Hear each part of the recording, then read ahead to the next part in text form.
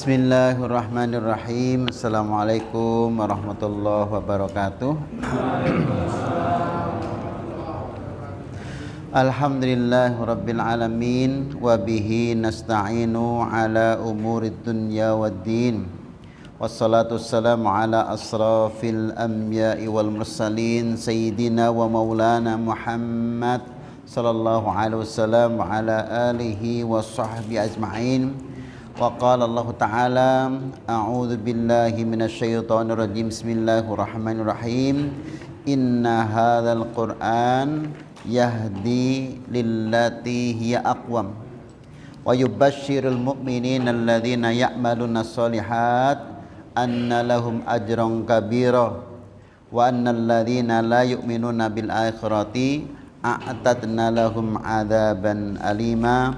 Wa qala an-nabiyyu sallallahu alaihi wasallam inna hadhil qulub tasda'u kama yasda'ul hadid idza asabahul ma'. Qila ya Rasulullah wa ma jalla'uha? Qala nabi kathratu dzikril maut wa tilawatil Qur'an. Sadaqallah wa sadaqa Rasul Karim. Bapak-bapak, ibu-ibu, jamaah salat maghrib yang Allah muliakan, alhamdulillah senantiasa kita bersyukur kepada Allah atas limpahan nikmah yang Allah berikan kepada kita. Lebih-lebih nanti kalau syukur itu dalam mengikuti sunnah Rasul ada beberapa hal. Di antara yang pertama, ketika Rasul sholat malam sampai kedua belah kaki beliau bengkak, sampai Aisyah bertanya, mengapa ya Rasulullah kau lakukan ini? Sementara dosa-dosa yang telah berlalu dan dosa yang akan datang sudah diampuni. Apa jawaban Nabi? Afala akunu abdan syakura. Bukankah aku ini ingin menjadi seorang hamba yang pandai bersyukur? Maka kesyukuran itu selain alhamdulillah dalam bentuk amal nyata diwujudkan dalam bentuk sholatul lail. Maka dalam kesyukuran kita berkaitan dengan harta benda, fasalli wanhar, fasalli li rabbika wanhar, salat dan menyembelih kurban. Baik yang salat 5 waktu, yang kedua salat subuh dan salat asar yang lebih diutamakan, yang ketiga salat malam sebagaimana Rasul memperpanjang berdiri beliau, ketika rukuk juga diperpanjang, ketika sujud diperpanjang sehingga Rasul sampai bengkak kakinya. Kemudian yang berikutnya sholat duha. Kemudian bagi yang bisa melakukan paginya jamaah subuh di masjid, duduk sebentar, zikir kepada Allah, menunggu matahari terbit, kemudian sholat syuruk. Kemudian ketika pagi belum bisa sholat syuruk, nanti yang penting di waktu duha ikut sholat duha. Dan ternyata 2 sholat hari raya, sholat Idul Fitri dan sholat Idul Adha juga di waktu duha. Maka 2 hari raya itu bagian daripada duha, sekaligus juga sholat id.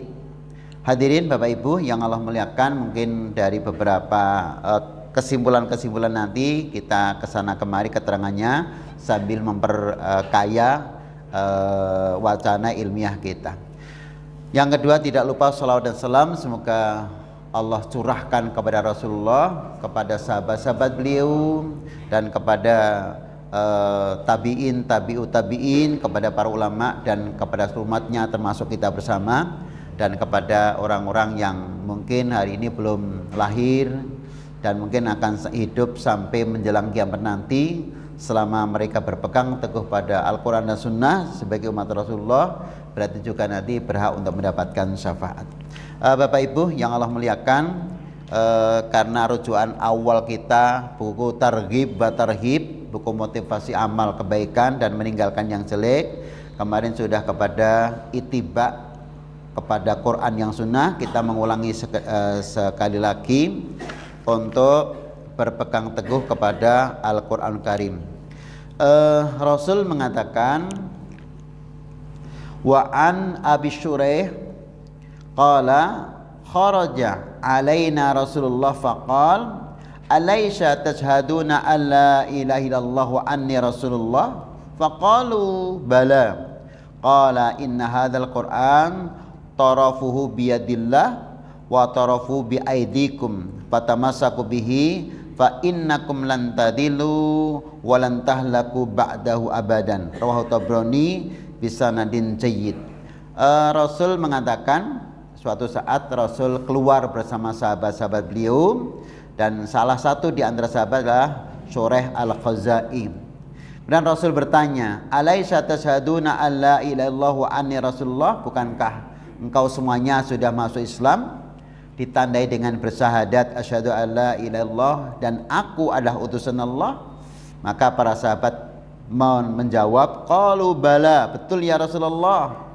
Kemudian setelah itu Rasul mengatakan, setelah kamu masuk Islam, kemudian Rasul mengatakan, sungguh Quran ini adalah bagaikan tali.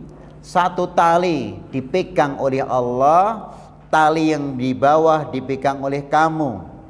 Fa innakum fatamassaku bihi, peganglah tali itu yang ujungnya dipegang oleh Allah, yang di sini pegang kamu, peganglah erat-erat, peganglah kenceng-kenceng. Fa innakum lan tadillu, maka engkau tidak akan sesat selama-lamanya dan tidak akan rusak selama kamu berpegang teguh pada Al-Quran. Artinya kita kaitannya dengan Allah, semakin kuat keyakinan kita ketika kita nanti beribadah, semakin khusyuk karena tahu kita sedang berhadapan dengan Allah, maka tumak ninah atau kekusukan, kemudian ketenangan itu akan kita dapatkan karena langsung berhadapan dengan Allah. Dan janji Rasul, kamu tidak akan sesat selama-lamanya. Para sahabat banyak berkomentar tentang Al-Quran sebagai obat. Kemudian di antaranya Al-Quran syifa'ul linnas, qala syifa'u fil Quran.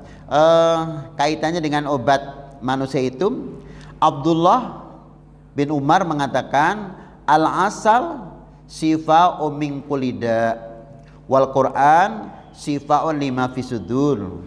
Al-Quran madu itu adalah obat dari segala macam bentuk penyakit.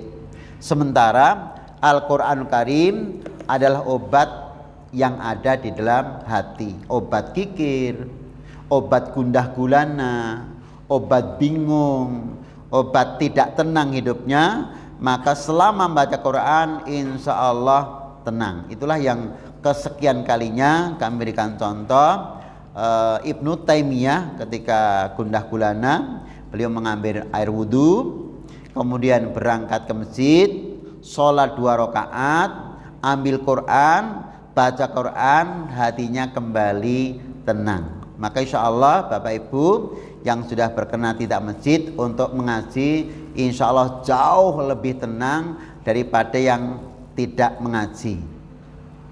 Guyonan kula raketung mangkeh kondur ya kok ya bali gundah gulana. Tapi ketika ngaji itu tenang.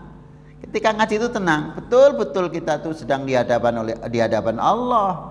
Kita berganjar dan besok kita akan merayakan di akhirat tentang nilai-nilai ganjaran-ganjaran yang kita dapatkan di dunia. Kemudian Abdullah pun di kesempatan lain mengatakan, alaikum bisyifa'aini, hendaklah kalian berobat dengan 2 hal, Al-Quran wal asal, yaitu berobat dengan Al-Quran, yang kedua berobat dengan asal. Mungkin selain obat yang ada di dalam dada, Quran juga bisa digunakan sebagai obat penyakit badan dengan cara ruqyah. Maka sebagian kita ada dengan sistem meminum madu, sebagian menggunakan bekam, sebagian menggunakan metode ruqyah. Kemudian wa Abdullah qal man aradal ilma falyaqra al-Qur'ana fa inna fi ilmul awwalin wal ilmul akhirin. Barang siapa menginginkan ilmu, bacalah Quran. Kalau hari ini kita tambah, selain Quran kita baca, yang kedua terjemahkan lafaz-lafaznya. Setelah mengetahui per lafaz artinya apa, carilah tafsirnya. Kalau sudah mengerti tafsir, di situ nanti insya Allah ada asbabun nuzulnya. Kemudian dibarengi dengan hadis Nabi, karena kadang-kadang Quran keterangan secara global, rinciannya nanti pada hadis Rasul Sallallahu Alaihi Wasallam. Kemudian ini tentang Quran. Kemudian masih hadis Nabi mengatakan yang sudah kami bacakan di muqaddimah, inna hadhil qulub tasda kama yasdaul hadid idza asabahul ma. Sungguh, sambil belajar bahasa Arab, sungguh apabila ada berita diawali dengan kalimat harfu taukid sungguh, itu sangat mungkin yang diajak bicara hari itu belum yakin, masih ragu-ragu, sehingga perlu kalimat penyangat, betul, aku tidak bohong, sungguh. Sebagian mengatakan ditambah kata wallahi, sungguh demi Allah, mungkin ditambah sumpah. Hati seseorang itu tasda, akan berkarat, kama yasdaul hadid, sebagaimana besi itu berkarat, idza asabahul ma, apabila kena air. Qila ya Rasulullah wa ma jallauha, kalau hati itu sudah berkarat sebagaimana besi juga berkarat ketika kena air, terus bagaimana cara menghilanginya Rasulullah? Kalau besi mungkin bisa dengan ambril, besi bisa dengan batu isahan, dengan dibakar, itu nanti akan hilang karat-karat tersebut. Tetapi apabila hati, bagaimana cara menghilangi karat yang ada di dalam hati? Ada berbagai macam penyakit, maka Rasul mengatakan yang pertama tilawatul Quran, yang kedua kathratu dzikril maut. Yang pertama kamu baca Quran, yang kedua memperbanyak ingat mati. Orang membaca Quran, yang kedua memperbanyak ingat mati, insya Allah hati itu akan kembali tenang. Kemudian Rasul mengatakan ke kesempatan lain, man akala thayyiban wa amila fi sunnatin wa aminan nasu bawa'iqahu dakhalal jannah. Qalu ya Rasulullah inna hadhi fi ummatika al-yawm katsir. Qala fasayakunu fi qaumi min ba'di. Rawul Hakim wa Tirmidzi. Rasul mengatakan barang siapa putra, putri, tua, muda, yang sehat maupun yang sakit nggih, memakan makanan yang halalan thayyibah, halal tambah thayyib, halal terbaik, wa amila fi sunnatin, makanannya halal, setia beramal, pasti mengacu sunnah Rasulullah. Nyuwun ngapunten, ini ada bahasa guyonan, alah korban ki mung sunah. Kalimatnya korban, kalimat nganggo mung.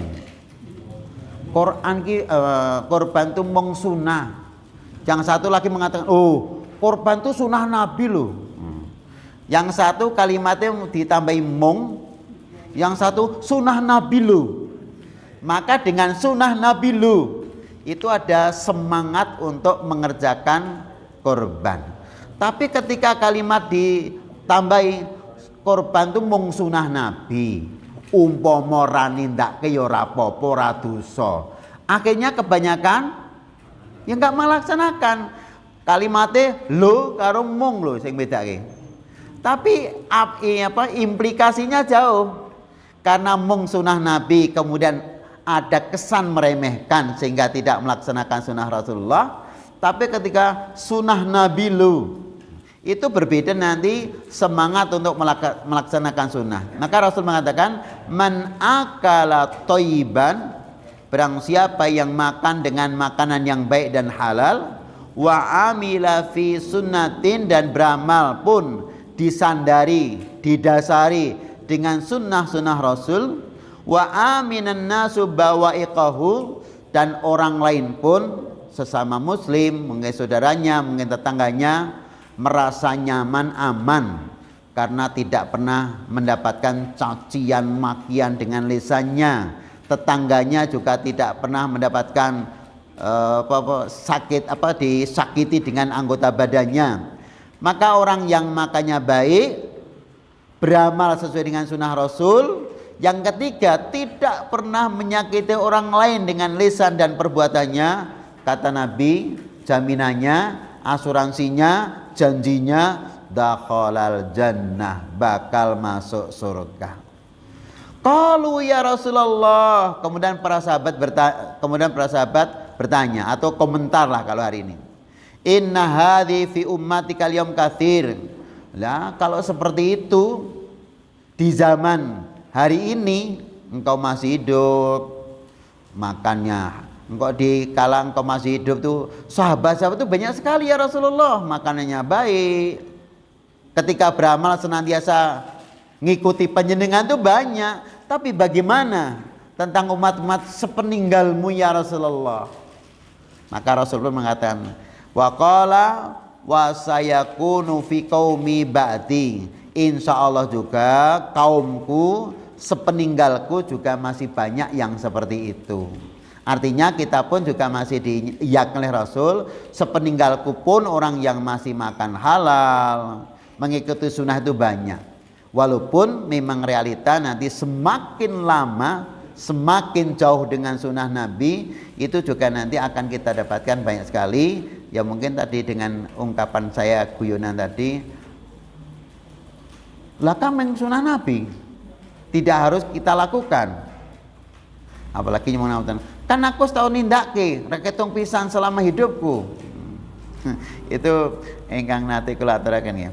Wa qala Abu Utsman Al-Hindi, ini berkaitan dengan ngikuti sunnah Nabi. Nah, di antara sekian sunnah Nabi, kata-kata Nabi yang kita sampaikan, kita masuk kepada sunnah Rasul.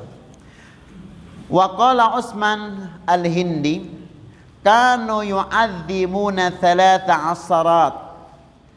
Para sahabat Nabi itu yang hidup di zaman Rasulullah mengagung-agungkan 10 hari yang 3. Ini masuk ke materi tentang Dzulhijjah ya. Al-asrul awal min Dzulhijjah. Mereka senantiasa mengagung-agungkan 10 hari di awal bulan Dzulhijjah. Dengan apa? Satu, dengan berbagai macam amalan. Di antaranya yang Allah sudah mampukan untuk menaikkan ibadah haji dengan berbagai macam amalan, yaitu mulai dari ihram, kemudian ganti baju, langsung niat berhaji, langsung bertalbiyah, dan afdolnya bagi haji itu talbiyahnya dengan suara yang nyaring, lantang, jangan dibatin. Yang keras, labbaik Allahumma labbaik, labbaik la syarika laka labbaik, innal hamda wan ni'mata laka wal mulk la syarika lak. Nah, setelah sampai di Mekah, kemudian tawaf 7 kali.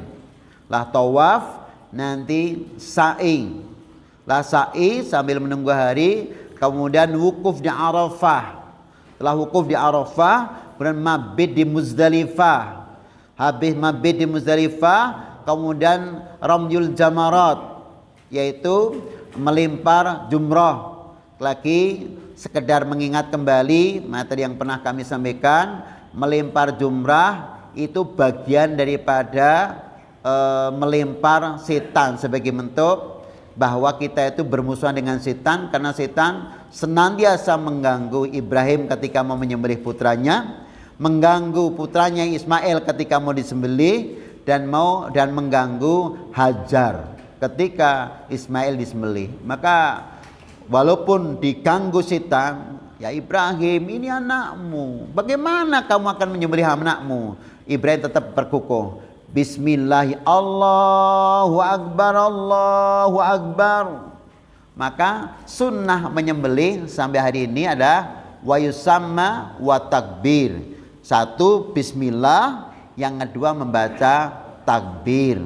Syukur sebelumnya ditambah inna salati wa nusuki wa mahyaya wa mamati lillahi rabbil alamin bismillahi Allahu Akbar.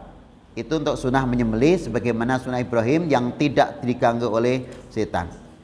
Dua, melempar jumrah juga sebagai bentuk perlawanan kepada setan, karena setan mengganggu Ismail, kalau kamu tidak segera bangun, kamu mati di tangan bapakmu sendiri. Malah dijawab, la ilaha illallah wallahu akbar. Akhirnya orang yang seperti itu tauhidnya diperkuat. Kalau sudah tauhid diperkuat, kelihatannya bahaya mengancam dirinya, mau disembelih ya pasti mati, bahaya.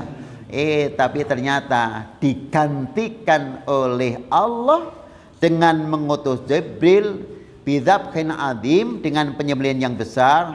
Ya Ibrahim, kamu sudah melaksanakan mimpimu, yang itu adalah wahyu dariku.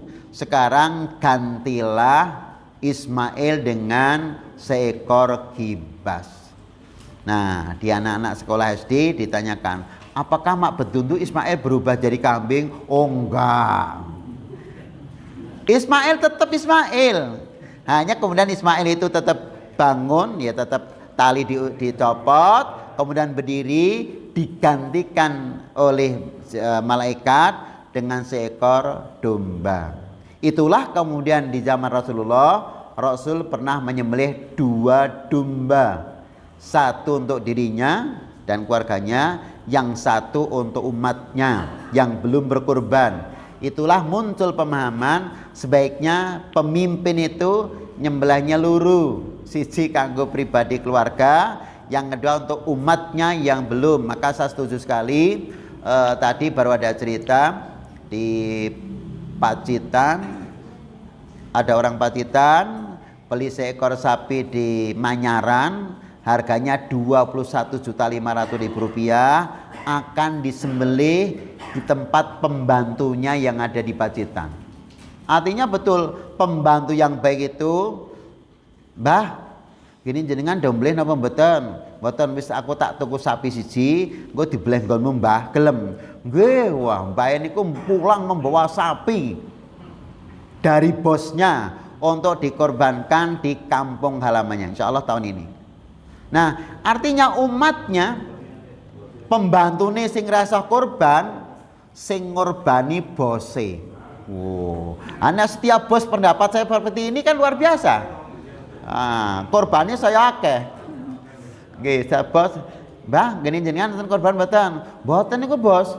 Anu engko tak tuku wedhus, anu engko gawane mulih ya. Itu anu saya berikan kepada jenengan, tapi dikorbanke nggih. Ternyata walaupun memberi bersyarat untuk korban itu boleh. Tak beri uang tapi ke korban nggih. Walaupun nek saya pribadi lebih bagus kamu tak kasih uang tapi beli kambing sendiri nggih, boleh. Atau anak-anak mengatakan begini, Bapak Ibu jenengan dereng kasih, belum. Anu niku teng bank wonten arto, jenengan mangke daftar piyambak napa kula daftarke. Luar biasa. Mau didaftarke atau daftar sendiri, intinya uang itu kan dari anak. Nah seperti itu, kalau pikiran bos itu bagus. Hadzali wali ummati, yang satu untukku, yang satu untuk umatku. Jadi pikirannya dua, bukan sementing aku wis rampung tugasku, wong liya urusane. Enggak begitu, sosialnya tinggi. Yang kedua, ada kisah juga tentang apakah korban itu wajib atau sunnah bagi yang melakukan ibadah haji. Yang melakukan ibadah haji, korban hukumnya sama dengan orang yang sedang tidak melakukan ibadah haji. Hukumnya satu menurut Imam Abu Hanifah. Saya baca dalam buku Al-Fiqhul Islami wa Dillatuhu, ini wajib bagi yang mampu. Tapi Imam Syafi'i beserta imam yang lain mengatakan kembalikan itu sunnah muakkadah. Nah, sunnah muakkadah ini berlaku bagi yang haji sama dengan orang yang sedang tidak haji.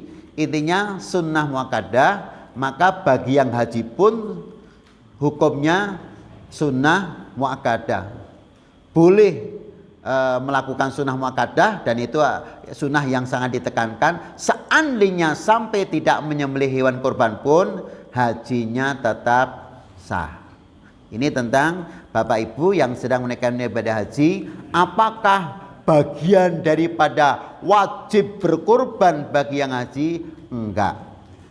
Karena pemahaman dulu, ya kowe iki kaji 380 yuta iso bayar.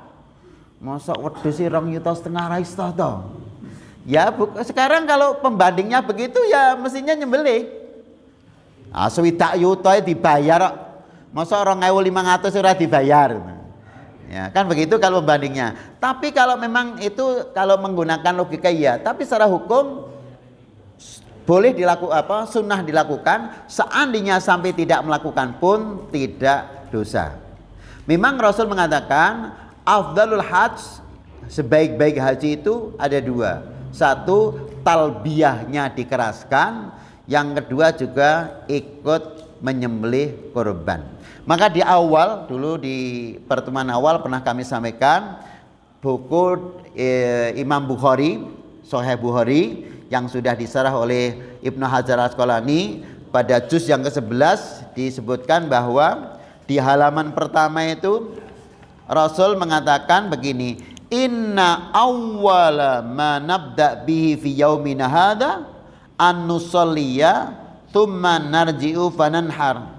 Sesungguhnya yang pertama kali kita lakukan pada hari ini, yaitu hari raya Idul Adha, pertama sholat, yang kedua menyembelih kurban. Artinya baik sahibul kurban atau orang yang sekedar diamani menyembelih kurban, paginya sholat Idul Adha dulu. Ampun ngaten, anu sing sholat ben sholat baik. Jadi aku tak persiapan nyembelih kurban. Engko ben semakin pagi kan semakin ndang rampung. Wah logikane ngoten niku. Manajemen penggunaan waktu. Sing sholat nanti lapangane mulai dari pengaturan shaf, sing takbir sapa, imami sapa, nanti pulangnya gimana? Nanti di sana. Aku tak nunggu sapi. Aku tak persiapan baju dan sepatu untuk penyembelian. Nanti ben rampungi saya esok. Enggak begitu bro. Namanya menyembelih itu paginya sholat Idul Adha dulu, baru nyembelih kurban, baik sahibul kurban atau orang yang diamanati menyembelih kurban. Jadi saya tetap tidak setuju ketika yang nyembelih kurban itu tidak ikut sholat Idul Adha. Napa melih ora sholat 5 waktu atau kan beleh kurban niku, walaupun dia ahli jagal ampun ngantos. Ya ampun ngantos. Karena kami memulainya sholat dulu. Setelah sholat dulu kami pulang ke rumah, kemudian kami menyembelih hewan kurban. Faman fa'alahu faqad asaba sunanana. Barang siapa melakukan seperti itu, berarti dia telah melakukan sunnah kami. Nah, maka sunnah kurban itu adalah sholat terlebih dahulu. Ini dari Rasulullah, perawinya Bukhari yang sudah disarah oleh Ibnu Hajar Al-Asqalani. Kemudian setelah kurban, baru nanti yang berikutnya adalah tahallul. Jadi tahallul, sunnahnya tahallul itu potong rambut sampai bersih, sampai gundul bersih. Dan insya Allah tukang potong sana sudah ahli-ahli nggih. Sekali potong saking ringkih langsung sampai nggih sekali macam nggih. Nggih 10 rial. Kita sejak dulu tidak naik. Realnya sekarang 4.000, berarti 10 rial berarti 40.000. Nggih, 40.000 sudah potong bersih.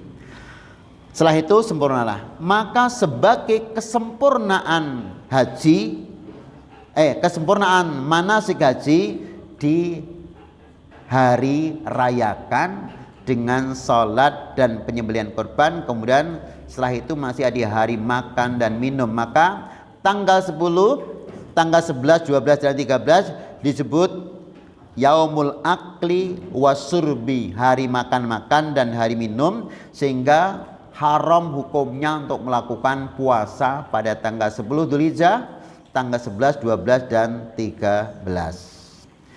Kemudian insya Allah untuk Ramadan sudah sering kita bahas. 10 hari terakhir di bulan Ramadan itu masuk 10 juga, intinya di malam Lailatul Qadar. Kemudian pada tanggal 10 awal bulan Dzulhijjah, bulan Muharram, yang itu Syura Muharram, itu juga nanti finalnya di tanggal 9 dan 10. 9 dan 10, yaitu kita sunnah untuk melakukan puasa Asyura tanggal 9 dan tanggal 10. Bapak Ibu yang berbahagia, hari raya selain Idul Adha, Idul Fitri, ada hari raya namanya Jum'ah. Maka ketika hari raya Jum'ah, kalau puasa sendirian tidak ada hubungan dengan hari Rabu kita sudah puasa Daud, maka puasa di hari Jum'ah berdiri sendiri juga tidak boleh, karena itu masuk kategori hari raya. Hari raya apa Jum'ah itu? Hari raya seminggu telah menyempurnakan sholat, maka ujungnya sholat di hari Jum'ah. Apalagi Jum'ah nepai hari raya Idul Adha, masuk kategori haji akbar.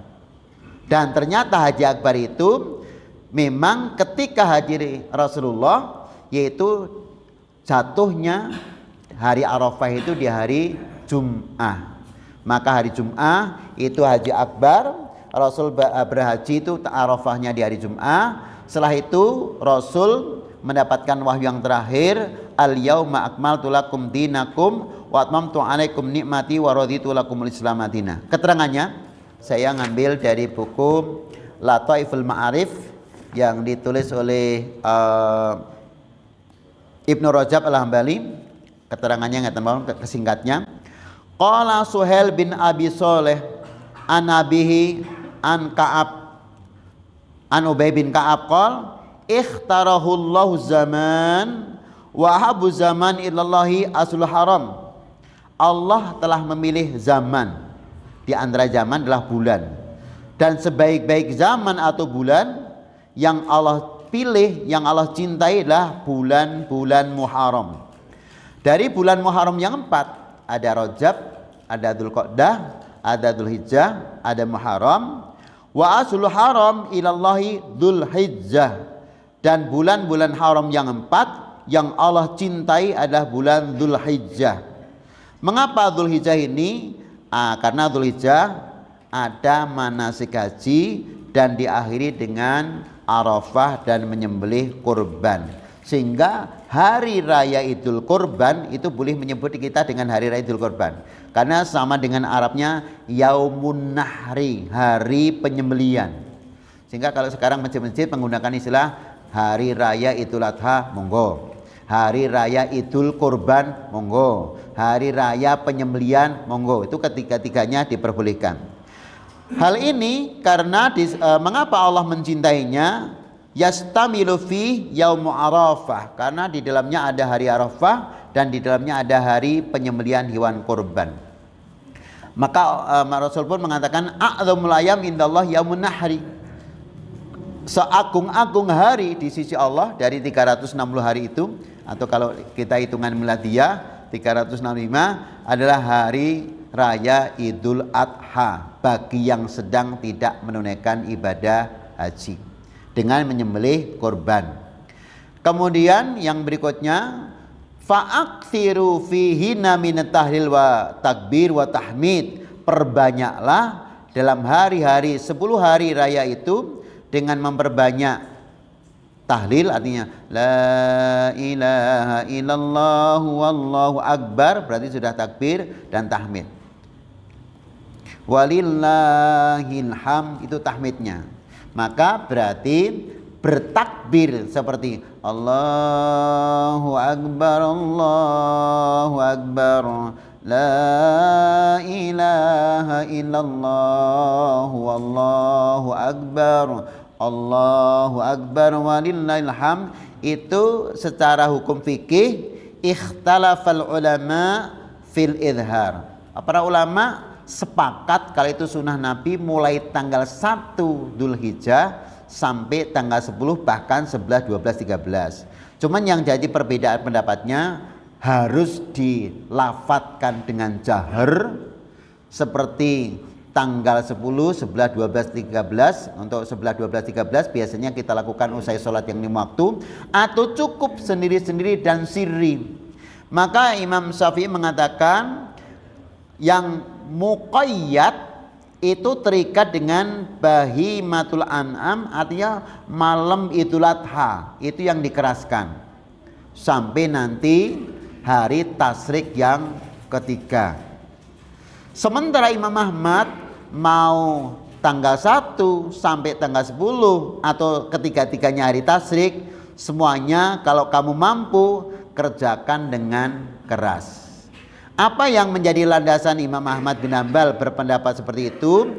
Karena dalam buku Bukhari disampaikan Abu Hurairah dan Abdullah bin Umar annahuma kana yakhrujani ila suq, kedua-duanya keluar dari rumah menuju pasar fil asri pada awal-awal bulan Dzulhijjah, fayukabbironi, maka berdua bertakbir di pasar-pasar, maka orang pun ikut berkumpul bertakbir bersama beliau berdua. Ini yang jadi dasar oleh Imam Ahmad bin Hanbal.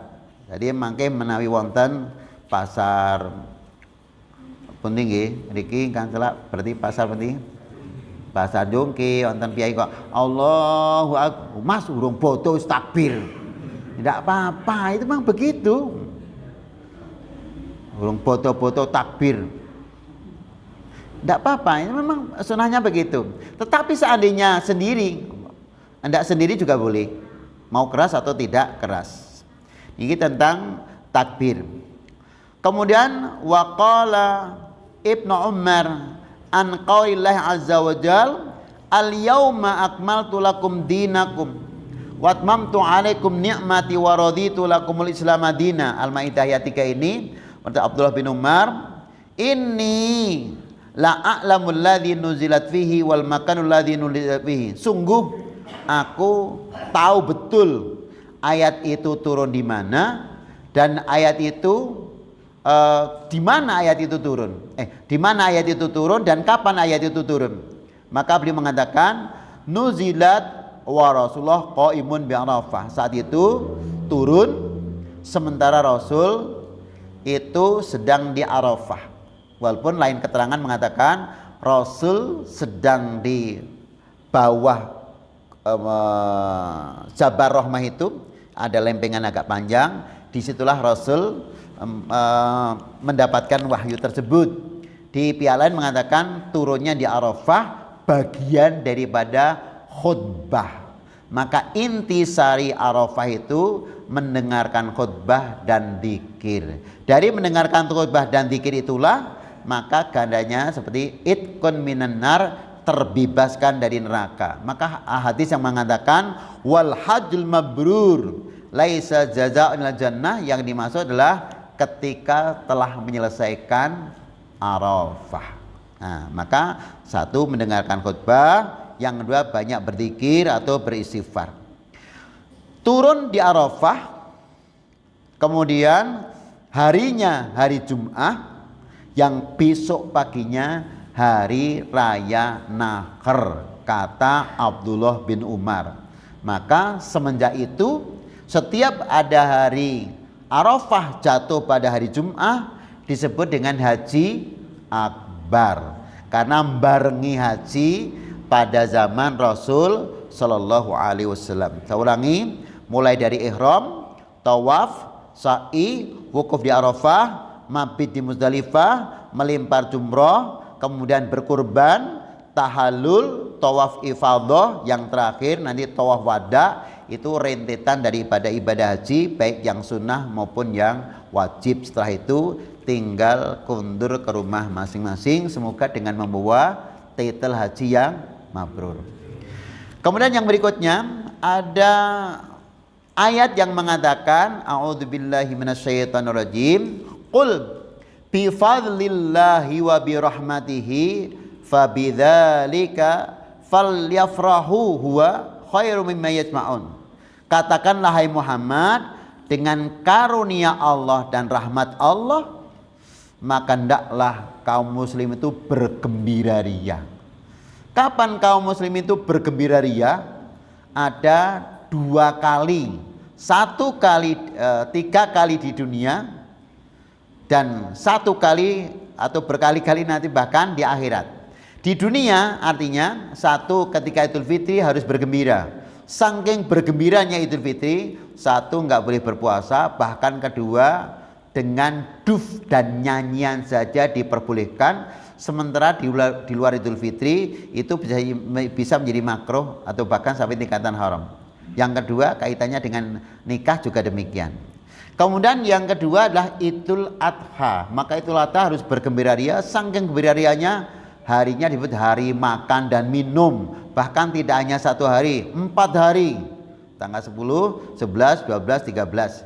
Dan yang terakhir di dunia adalah hari Jumat, yaitu hari raya Id. Sehingga kamu tidak boleh untuk puasa, kamu boleh bahkan untuk makan dan minum. Itu di dunia. Nah, ternyata ada hari raya Id di akhirat. Walaupun sudah diberi tanda saat terakhir, ada hari raya di akhirat. Kapan hari raya di akhirat itu?